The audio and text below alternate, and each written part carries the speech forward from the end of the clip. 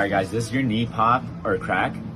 Don't worry, that's okay. You're not gonna increase your risk for arthritis. It's normal for your knee to pop as long as it doesn't hurt. If it hurts, then go seek medical attention. But if it doesn't hurt, if you just feel popping, that's okay. It's normally due through tendons that are going through the knee here. The IT band goes in there, it might snap over, or the tendons here in the patellar tendon might go over, or the kneecap just might move a little bit, but that's okay. As long as it doesn't hurt, the knee popping is fine.